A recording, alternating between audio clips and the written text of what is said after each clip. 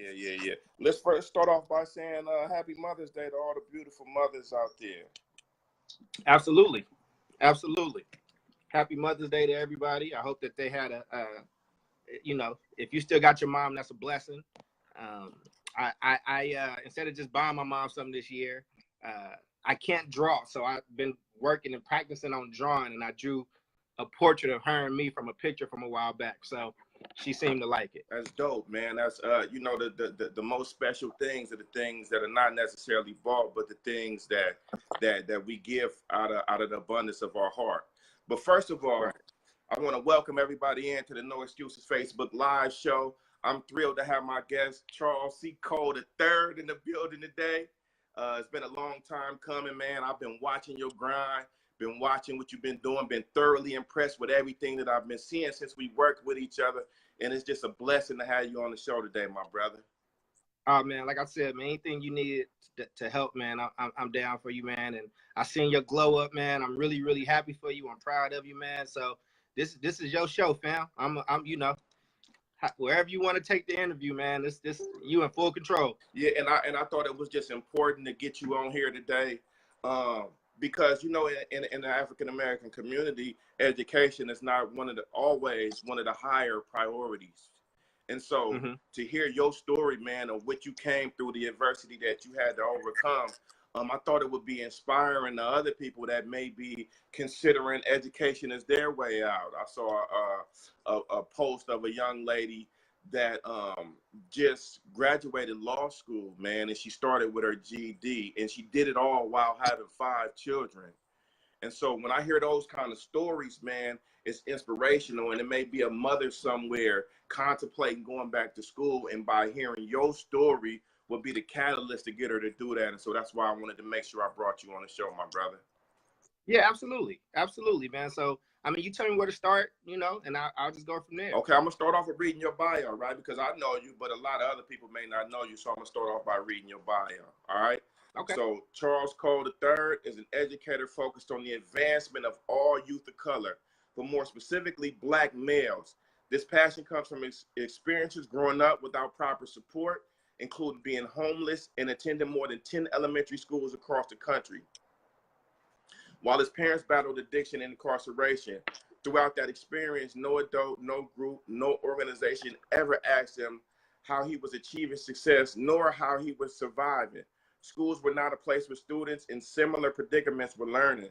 As founder of Energy Converters, Charles comes from the community and has shared many of the students' experiences. Previously, Charles served as a social worker, a director for Teach for America, the vice chair of the California Young Democrats, Black Caucus, and at a director's level with various youth-focused nonprofits. Charles is a national speaker and a writer and can be found in Oakland and around the country, working with youth on how to equip themselves and appropriately lay the groundwork for a bright future. Charles is currently an entrepreneur in residence focused on building student navigation skills and voice in education for his burgeoning organization, Energy Converters. Charles' life goal is to better the communities he grew up in, which includes Chicago, Kentucky. Is that Kentucky? Paducah, Kentucky. Paducah, Kentucky, and Oakland. All right. Okay. Boy, quite extensive. Yeah, a lot of folks know Chicago and Oakland. Most folks don't know Paducah. They don't know Kentucky, huh? No. So tell me, my brother, give me a little bit of background on your upbringing. Like, what was your upbringing like? Yeah, man. I mean, for me, it was good. I mean, because you only know what you know, right? It's not till you get older and you got stuff to compare against where you're like, oh, I don't think things supposed to go this way. I was born in Chicago, but I moved a lot. So just to give you a sense of that, I was born in Chicago. My grandmother lived in Kentucky, so lived there with her for a little bit. Then we would go back to Chicago. Then we go back to Kentucky. So me and my 2 siblings had always been together. So the oldest, I was in Chicago. My brother was born in Kentucky. My sister was born in Chicago. And then we ended up back in Kentucky and stayed there till my grandmother passed away. Like I said, both my parents had kind of been in and out of jail. So when my grandmother passed, we took a Greyhound from Paducah to the Bay Area. And we lived in a few places, lived with my aunt in Hayward, lived with my other aunt in East Oakland, and then just kind of bounced back and forth between different shelters. So I lived in 2 shelters in Oakland, 2 shelters in San Francisco. And, you know, my mother came down after she got out of jail. Right before I was going into middle school, my mother got clean, went to a program, you know, told my pops that she living clean now, and if he wasn't, she'd bounce. And he got with the program, and he got clean, and they had been clean since I was in middle school. Played ball in high school, played basketball, had a few scholarships to play ball, but I knew I wasn't going to the league. I wanted to, you know, go to school for my grades. And I ended up staying local. I went to Cal State Hayward, which is down East Bay, and became like an activist on campus. And I just said that school was going to be my hustle. So basically, the thing that led me to want to go to college was neither one of my parents did. So in my mind, it was like I was either going to do drugs or sell drugs if I didn't go to school. Right. And that could be faulty thinking, but it was enough to have me focus. And so I did that. Fell into being a social worker. Loved being a social worker. How long were you a social worker for? I was a social worker for 5 years. Started in Oakland, and just in the East Bay in general. I had cases up as far as Antioch all the way down to Fremont. Loved being a social worker. Learned a lot there. Went back to grad school and did a master's in public administration. Ran a youth nonprofit where I got a lot of experience getting kids in and through college. Loved doing that work. It really wasn't hard. It was just me communicating with young folks and sharing things with them, and then eventually went back to school to finish up my doctorate, which I'm in my final year of, and just passed. I just passed my dissertation proposal 2 days ago. Okay, congratulations. Yeah, man. So just trying to like navigate that stuff, man. But I think, you know, the thing that crystallized this for me is the reason why I think I do well in that field is I saw myself kind of as bilingual. Is like I was able to speak a language that parents wasn't able to speak around education. Like my parents did not go to college, right? So I was a pioneer from then on. Everything I did in my life from the moment I graduated from high school, I was a pioneer. I was the first person in my family to do. First person in my family to have a salary. First man to not go to jail. The first one to like go to college and, you know, think about grad school. You know what I'm saying? So like the first one to start a business. So all this stuff, I'm figuring it out for the first time. So that caused me to make a lot of mistakes, but you learn from mistakes. So the one thing I was saying, I want to get this off quickly. College, grad school, doctorates, those are not measures of how smart you are. Those are measures of how you can navigate and if you can stick with something. And so I think that a lot of times we associate finishing college and degrees with somebody being smart or not being smart. And it's really not it. It's a lot of smart people that ain't touched the college classroom. Right. And it's a lot of people in doctorate programs that's dumb as bricks. So it's just really about that access. So when I do my work, I am trying to communicate with parents to say, look, I don't care if you dropped out to 6th grade. I don't care if you was on crack rock your whole life. I don't care if you was a prostitute turning tricks on San Pablo. You are the expert around your child. And you deserve for your child to have a good education despite what you did. And don't let these white folks tell you what you should and shouldn't do with your kid, because they really don't want you sitting next to theirs. And so I got into this work helping Black parents just, you know, figure out what type of schools they want to send their kids to, and then just supporting them in any way that they need that support. So let me ask you a question. So as a young African American man of color, what's some of the challenges that you face navigating through the educational system? Man, so for one, I went to a double-digit number of elementary schools. That's one, and that was really tough. I don't know if it was tough. I think that for me now, it's easy for me to change. It's easy for me to like, you know, I understand situations are temporary and these things are seasons in people's lives, but that type of instability is statistically almost, and it almost makes it impossible for somebody like me to go to college because I don't have that root and I was living in poverty. So that was one. I think the other thing was just from the general instability in my home and, you know, just kind of growing up in violent neighborhoods, around violence, around things in that nature. Just trying to stay focused, you know, and I think for me, it wasn't too hard because I wasn't built that way. Like I wasn't, you know, I joke about this, but I really think this is what happened. And people think I'm making a joke, but I'm really not. My dad wasn't a good dope dealer. If my dad was good at selling dope, I probably would have wanted to sell dope. But when you see somebody like smoke more than they sell, when you see like cats run up in your house and like rob your pops, and when you just see all the things that come with it, I was like, this ain't for me. Right. That was one. Two, I didn't like fighting. I remember getting into a fight, and I remember like somebody punched me in my mouth, and I didn't like that. So I wasn't the kid that I was always wanting to fight and stuff. You know what I'm saying? It was over with.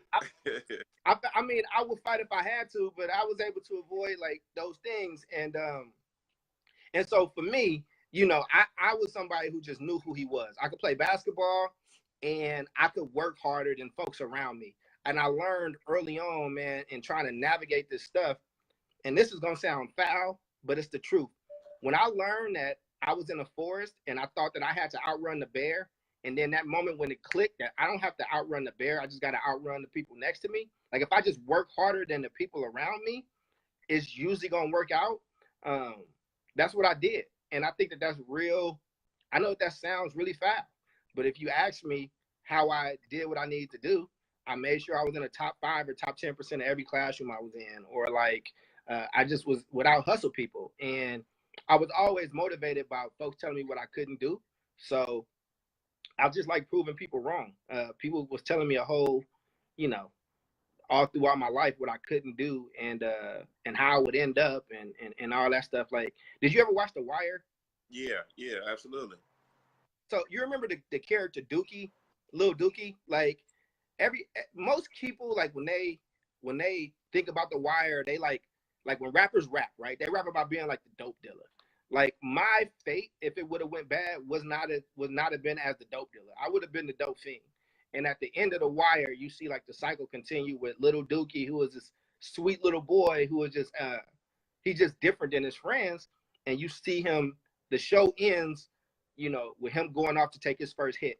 And it's about to like have this cycle reversed. And before The Wire came out, like I just thought that would be my life. So I made sure that it wasn't. So I got a question for you, man. Growing up in environments like we grew up in, man, I can relate to having parents in and out of prison, in addiction. Both of my parents struggled with addiction most of my life, and with not too many positive male role models or role models, period, around you, and or somebody that's blazed a trail before you, that's went to college, that has achieved the type of things that you achieve in a day. How are you able to find that within yourself? How are you able to begin to navigate and decide and figure out how to navigate these roads, and you didn't have an example and you were kind of left to fend to do this by yourself? You know what, man?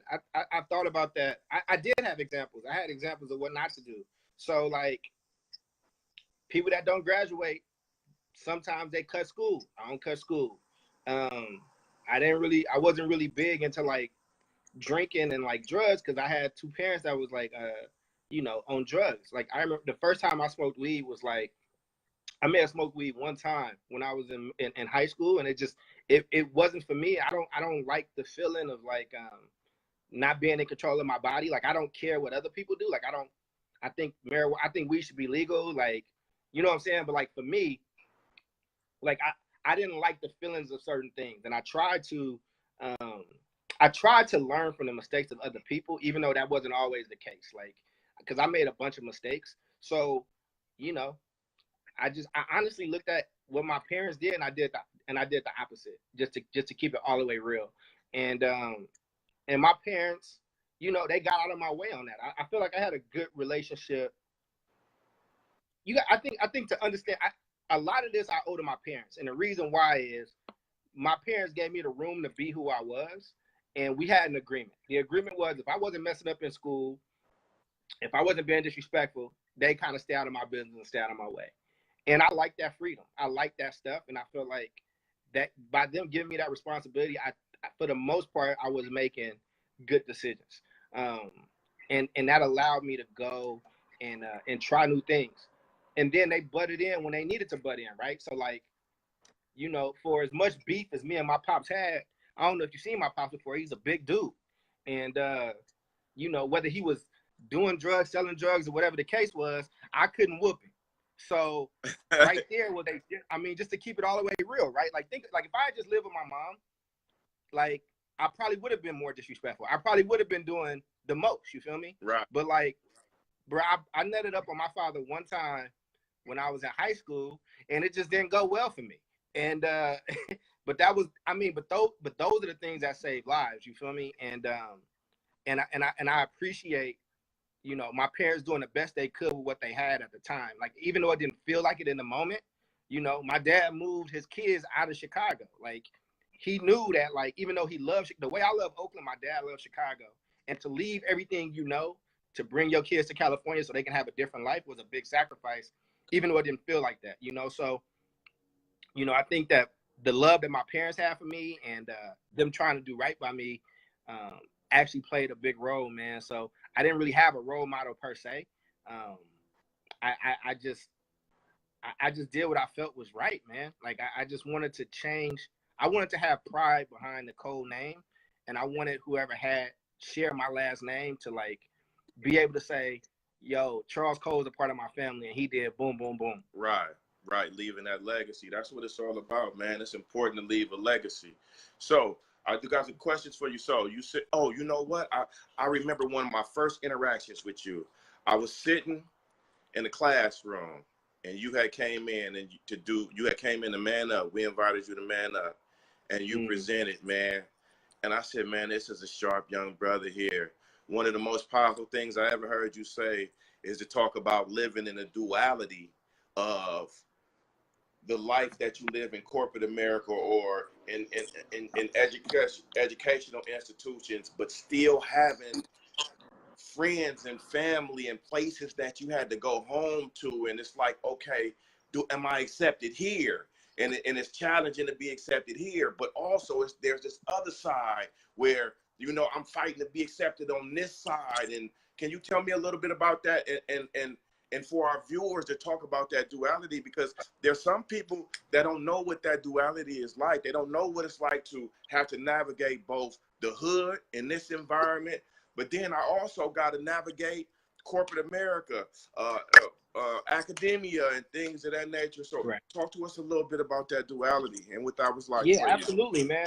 Absolutely. I learned, you know, and this is where what people might perceive as nightmares turn into blessings for me. Like, people might think that living in shelters and moving that much and all that stuff was a nightmare, but it prepared me for exactly what you're talking about, right? Like, being new in new environments and never fully being embraced in none of those places. So the first thing is, once I realized that I was made to stand out, like, and just accepted who I was, it made me more comfortable in my own skin. So I'm never going to be the hardest cat on the block, and I'm never going to be, you know, and I'm never going to be white enough for corporate America. I'm never going to be white enough for academia. Like, I'm never going to fit comfortably in any of those spaces. So what it feels like is, in academia, I'm going super hard on black stuff, right? Like, look, stop talking about black folks like it's a monolith. Stop talking about black folks like we need your sympathy. Like, stop doing that. You know what I'm saying? Like, it's some of the smartest people in the world there, right?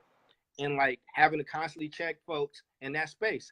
Then it's going back to your hood and going into the crib, going into somebody's house that's your friend, and you see, like, you might see a pound of weed or some other stuff on the counter, or you might see, you know, guns or whatever, and just kind of being like, look, man, like, I got love for you, fam, but that ain't gonna get you to where you need to go to.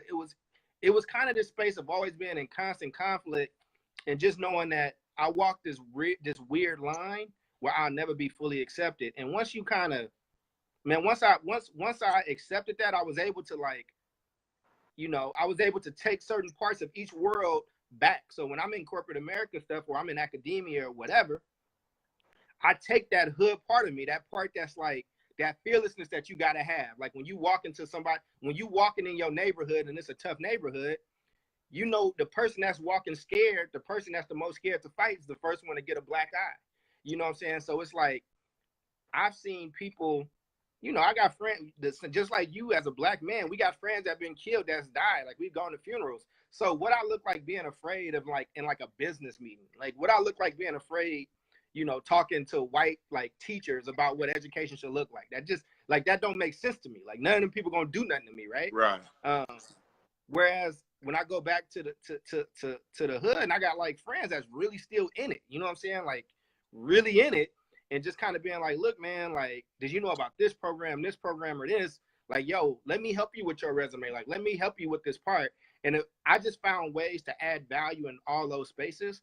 And once you just kind of give from the heart, man, and I think that you do what God called you to do, it becomes easier regardless of what environment you in. So I show up to a meeting with the mayor like blasting Jay-Z, man, because I like listening to Jay-Z. Like that's like I'm not gonna change who I am. You know what I'm saying? Right. And I think that the more we show kids that, like I think a lot of reasons why they say black kids shun academia or corporate or whatever, which is a myth, but I think that part of it is because every time we show it to them, it's told to them like they got to change who they are. Right. And you don't have to change who you are. You can be. I worked in the superintendent's office, man, in a really large district with a lot of attention, man, and I was who I was every single day, and it worked for me. And I think that, man, I think just keeping perspective. I know I'm taking a long time to answer your question. No, it's all good. I really want to, like, because it's a nuanced conversation, and I don't want to just give a super simplistic answer to something that deserves more room to breathe. No, that's why you on the show, my brother, to have the space to be able to articulate that. One thing I do want to add, though, man, is I think it's super dope, man, that you are in a space where you could impart that to other young people, right? Because as you know, I've been working with young people for a long time as well, and being somebody, and I'm gonna be all the way transparent here, being somebody that's from the hood, even as I transition into what I'm doing now as a business owner, a life coach, a speaker, an author, instinctually or naturally, I don't always feel the most comfortable in certain spaces. And so one of the things that I've had to do was I've had to challenge myself to be comfortable in uncomfortable situations, right? And part of that is because a huge part of my upbringing and what I was exposed to early in my life was the hood, the block. We talk like this, we do that. And so that was my natural habitat. And so I know how to navigate it, and I feel comfortable in that space. But even though I can articulate myself with the best of them, there were some spaces that I didn't feel as comfortable in, but I did what I needed to do to flourish in those environments anyway.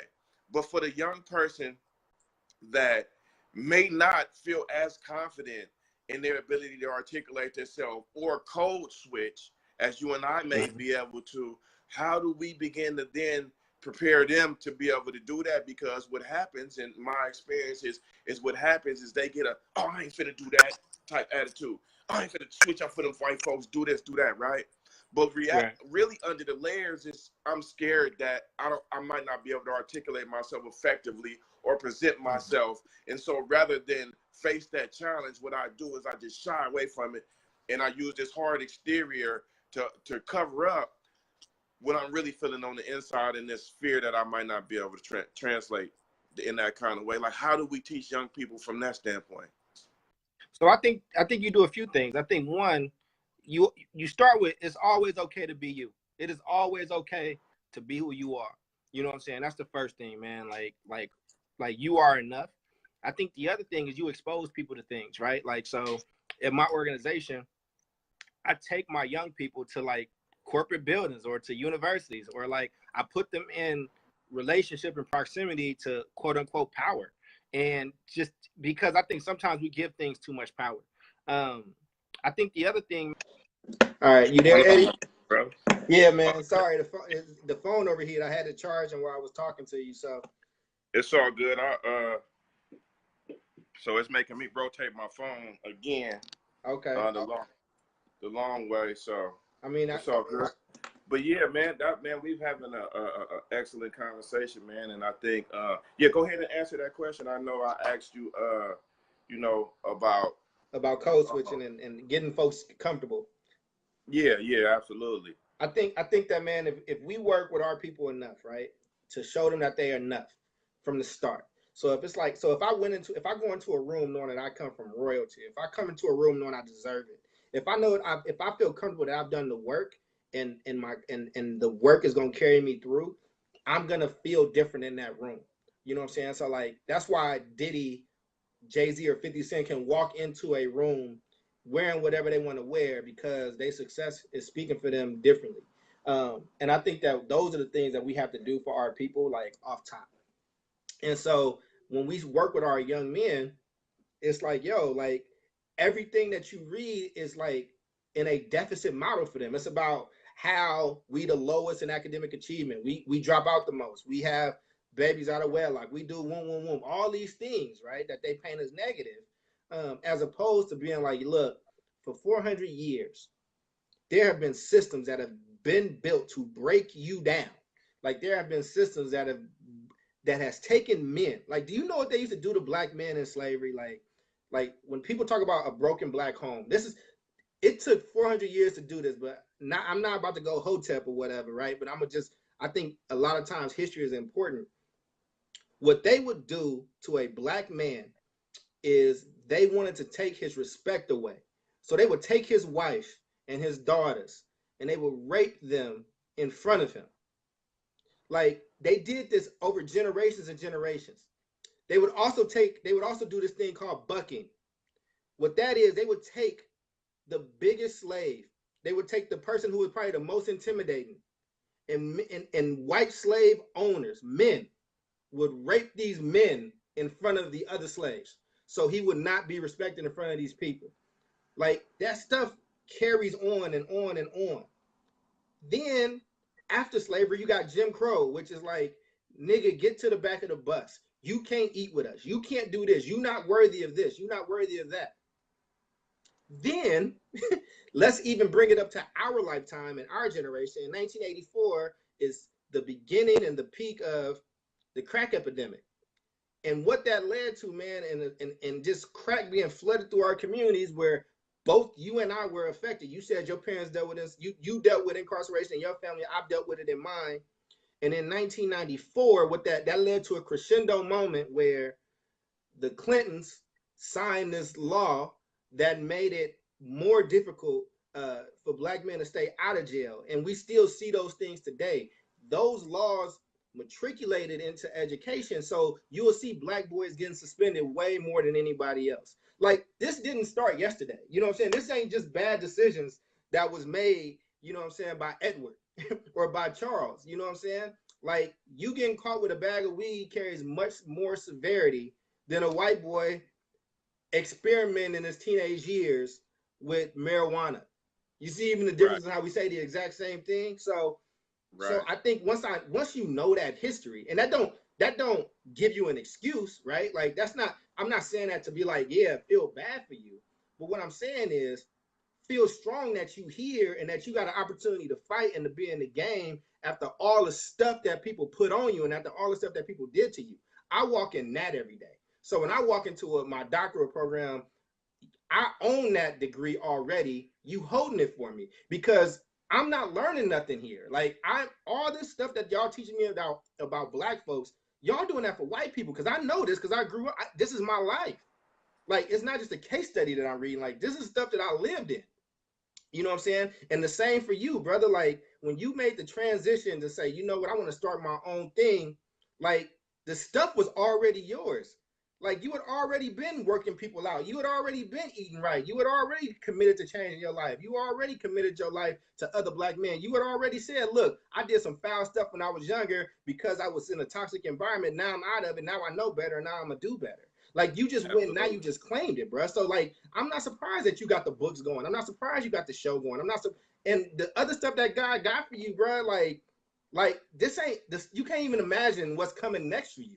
You feel me? So like, you can't even imagine it. It's not even when they say in the Bible that the cup runneth over, fam. Like you ain't even hit the beginning of the cup, fam. So like, now that you know that, it's easier for you to walk in. Like I got a funder meeting tomorrow, and that's some stuff that I have to develop skills around. But if I walk in like, look, I'm working with people in a way that you can't work with, that you can't talk to, that they ain't gonna look at you the same way.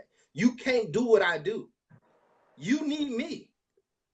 And then, you know, and not on some cocky stuff, I do a lot of work. Like I work very, very, very hard. You know what I'm saying? But like, I feel like it's mine and I'm going to take it.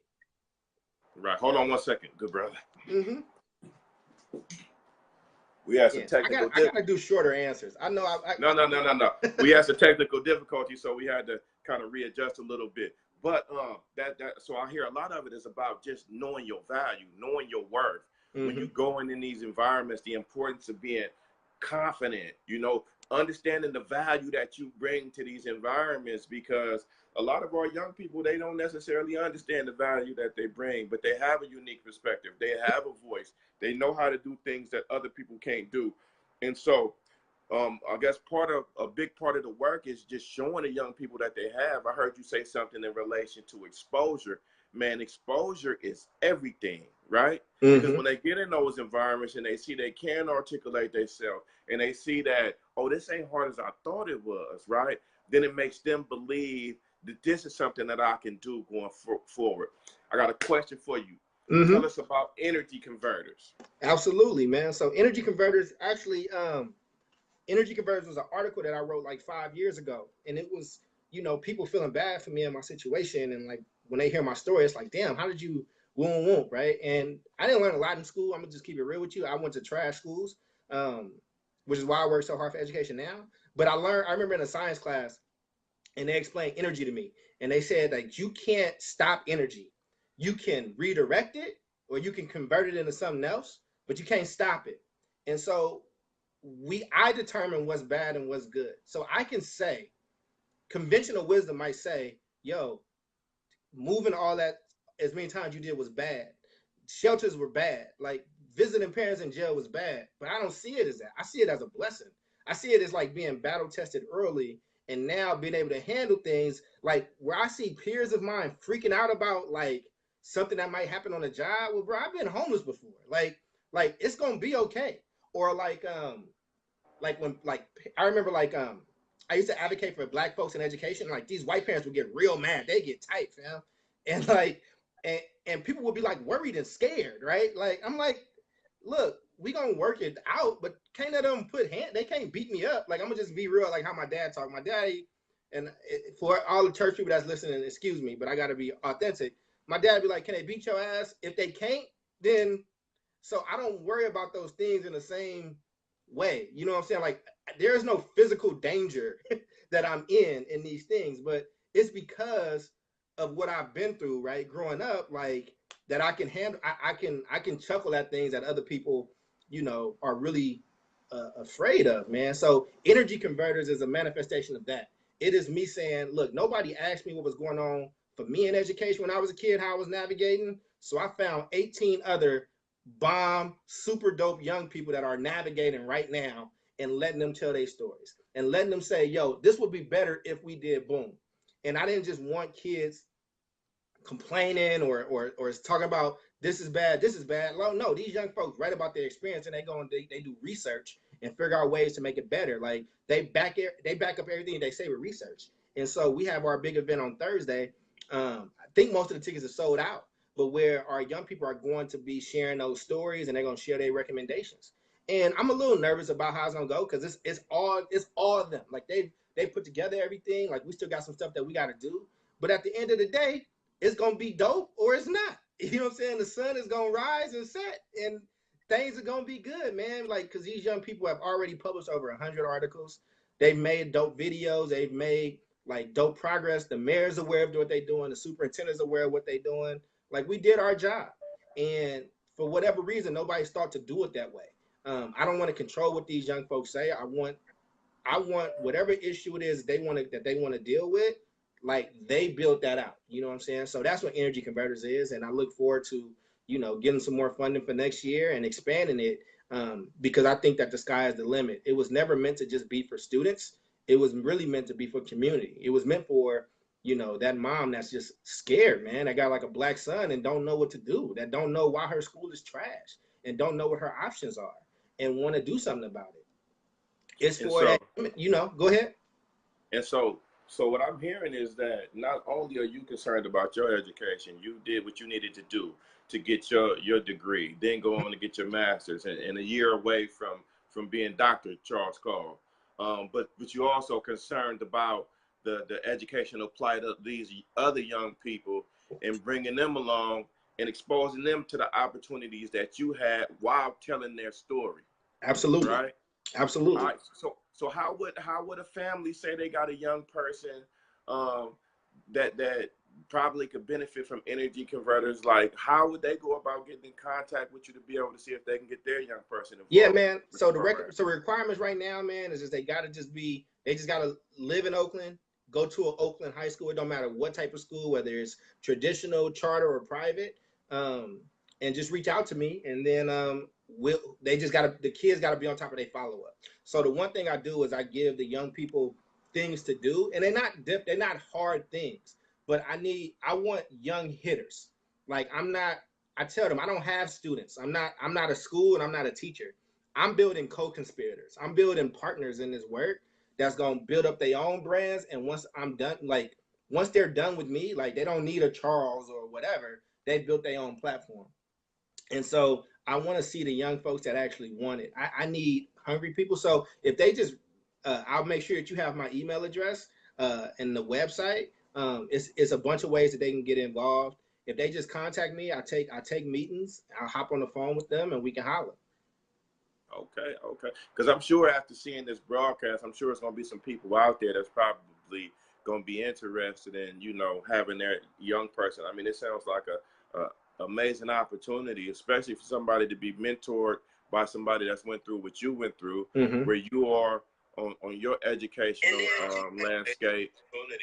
Because a lot of what I find is that a lot of parents, it's been challenging for me, even in my own life, based on some choices that I made educationally or while I was, in school, to always effectively parent my son or my sons, because you only know what you know. Right. And so for somebody, I'm sure there are other parents that are out there as well that are going through similar situations that wish, maybe if I had a little additional support, maybe I could get my child a little bit farther. And so I want to say, it's great what you're doing. Let me ask you a question, man. Real quick, So, you ask that question. I just want because I want to be able to help you out too.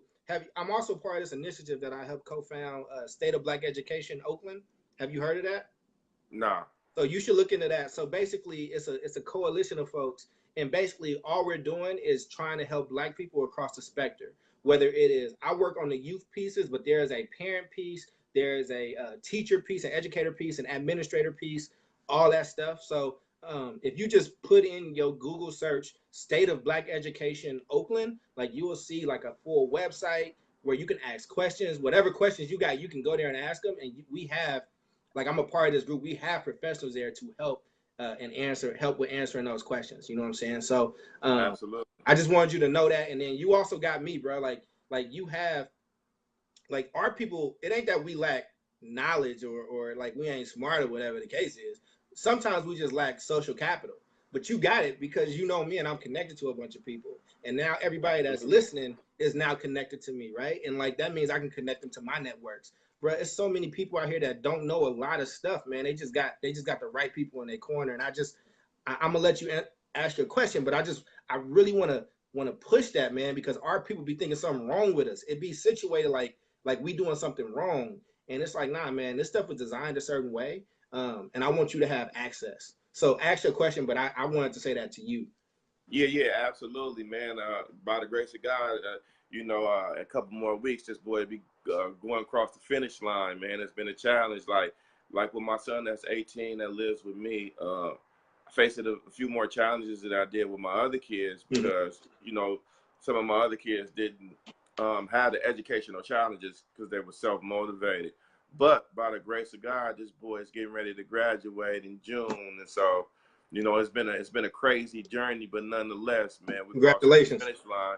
Yeah, and he's actually preparing to go into coding, so I'm excited about that for him. We don't have enough, young African American people represented in tech, and so to hear him make a decision to go in that direction, I was extremely happy to hear about. But listen, man, so we got Charles Cole, the soon-to-be doctor. We got God willing. God willing, always God willing. Charles Cole, the speaker, right? The business owner, the mentor, so many things. What's next for you, my brother? Outside of what we've talked about, what is next for you? You know what, man? I don't know. I think that I'm just trying to get this degree done because it's hard. Um, but passing that, I'm still just in a daze from getting through that proposal. But I kind of do the stuff already that I don't need the degree. Like I'm kind of doing all that stuff already, but I really want my mama and my daddy to be able to say they raised a doctor. Like I want them to be able to say we had this crazy story of our life, and our son is still a doctor. So that just means a lot to me on a spiritual level. I think for me, man, I love speaking across country. Um, the next thing is just finishing and writing these books, and the books give me more access to speak.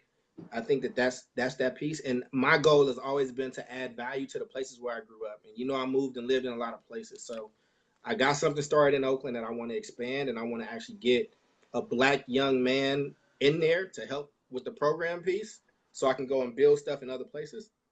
uh, I want to do something in Chicago, and more specifically, well, Chicago and Maywood. Maywood is connected to Chicago, and then Paducah, Kentucky means a lot to me. And the reason why that means a lot, setting up a shop there, is because we don't really care about nothing in Kentucky because it's a red state, and people just see it as racist white folks and this and the third. Actually, that's one of my favorite places I've ever lived.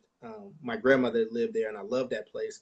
But I just think there's a lot of kids that's there suffering, and I lived in the projects there, and I care about that place. I really want to go back there. It means a lot to me. And then also I lived in Stockton. I got to start adding Stockton to this. So those are my next goals. My goals are to make sure that this foundation is set for energy converters here, and then be able to do work in those other places. Um, but the goal that I have, because speaking is the thing that comes most naturally to me, obviously, because I answer these questions by taking up way too many words. Not at all. Not at all. But I want to start speaking internationally. Um, I think that traveling across the world, speaking and meeting Black folks in other places. Like I went to Paris, man, and it changed my life. It changed my life, fam. Like I've been to a few different places. I mean, I want to go to Africa too, like Egypt, and I want to go to West Africa. But walking in Paris and sitting in a seat where James Baldwin wrote and argued with other authors and Billie Holiday, like I want to go and do some work there because there's Black folks out there that's really struggling, man. And it's a lot of things that's happening here. But fam, I saw like a bunch of young Black folks, immigrants that was just getting pushed out of that country, that was getting pushed out of that city, and just out of France in general. And it's the world is bigger than where I come from. So those are the things that's next for me. But on my to not get off my square, as Jay-Z say, to finish my breakfast, making sure energy converters is successful, finishing this degree. Those are the things that's here. And then I might not. I don't know if I'll be in Oakland as much after that. We'll see. I want to be, but we'll see what happens. All right, man. Well, you got our full support, my brother. We rooting for you. We behind you. We cheering you on 100%, man. I think what you're doing is amazing in the community, man. Keep up the good work. You got my full support on whatever you need. You need me to come in, speak to the young people, support with the book project, whatever I can do. I offer myself as a resource. I'm here to support you. I want to thank you. Even though we on your live feed, I want to thank you for coming on the show today, It's man. all good. It meant a lot for you to take out the time to be able to talk to the audience, because I think before you get off, can I say one more thing before you get off? I want you to finish, but I didn't want you to get off the stream yet. Go ahead. He's like, I gotta go, fam. I got kids to raise. The one thing, man, I think that, and this is where I think you can come in and handy, is like, it's a different time that we live in as far as like social media and like witch hunts and like who canceled and who not canceled. And I think that I make a lot of mistakes, fam. I've done a lot of stupid stuff, and I do a lot of stupid stuff. And I think that our boys and our Black men need a space where, one, they know that it's okay to make mistakes, that you're gonna make them, that's how you learn.